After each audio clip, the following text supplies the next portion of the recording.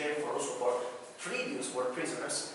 Their king Vercingetorix was the king of the Gallian. When Julius Caesar conquered France of today, he carried here in chains Vercingetorix, king of the Gallians. That's like the hero of the French, Belgian, Swiss independence, because he fought for 8 years against Julius Caesar. Finally, Julius Caesar won. He carried here Vercingetorix, and this is something that was very terrible, because usually Romans respect somehow the ones who fall. Caesar didn't respect Vercingetorix. He pushed him in the jail and later on in order to strangle Vercingetorix. So he was one of the victims here, and this reminds Vercingetorix.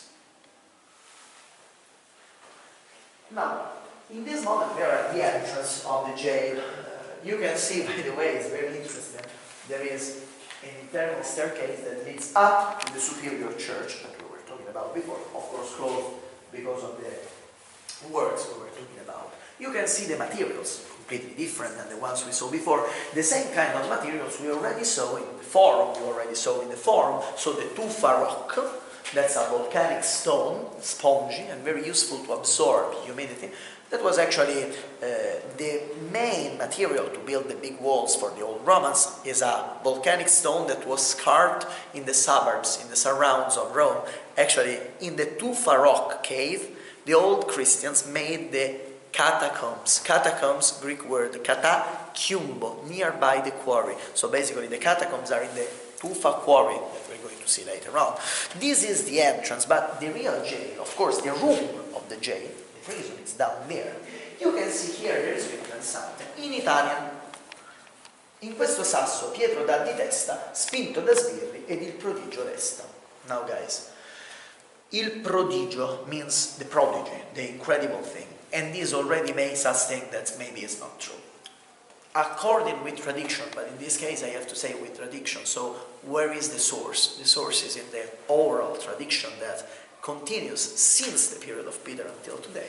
When Peter was in prison right here, you have to imagine, you have to visualize soldiers carrying him, pulling him this way. Peter hit with the head down there. Is it true? Is it false?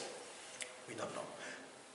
Let's say that tradition wants that Peter hit with the head right here. We have no proofs. We can say, why not? As if he was pushed down there. Could be. If there is a story, there is always a part of truth. We don't know if actually this niche was made by the head of Peter, or maybe it was already here and Peter just touched with the head down there. Anyway, for sure, and this is something we know for sure, Peter and Paul were in prison down there, where we are going to right now. Incredible. Round room. This is actually the jail.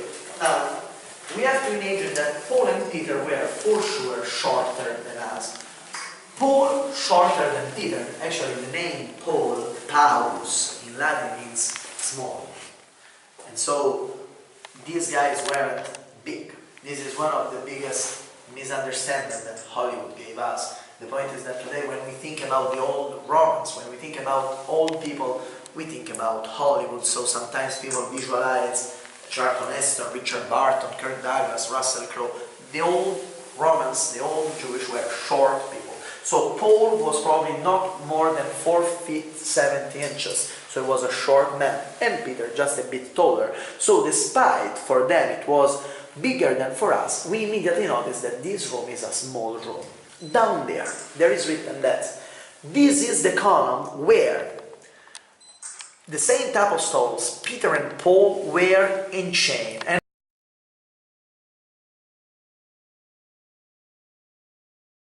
from here they convert the Saint Martyrs, Processo and Martiniano, who were actually the policemen guarding Peter and Paul, custodi delle carceri means guardians of the jail, and other 47, so other 47 prisoners who were in prison with them, of course, not in this small room, but it's bigger.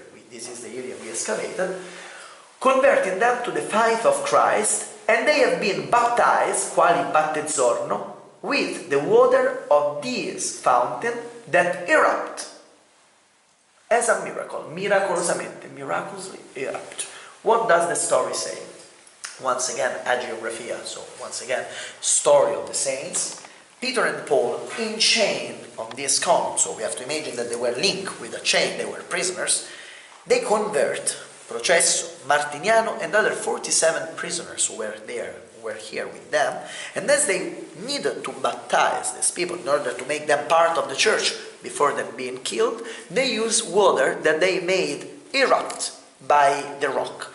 Once again, is it true or is it false? Well, in Rome there are springs of water almost everywhere. Rome is a city that's full of water. So believing that there was water in the undergrounds in this jail is normal. Why not? Is water everywhere. If you go in the forum, there are natural springs of water.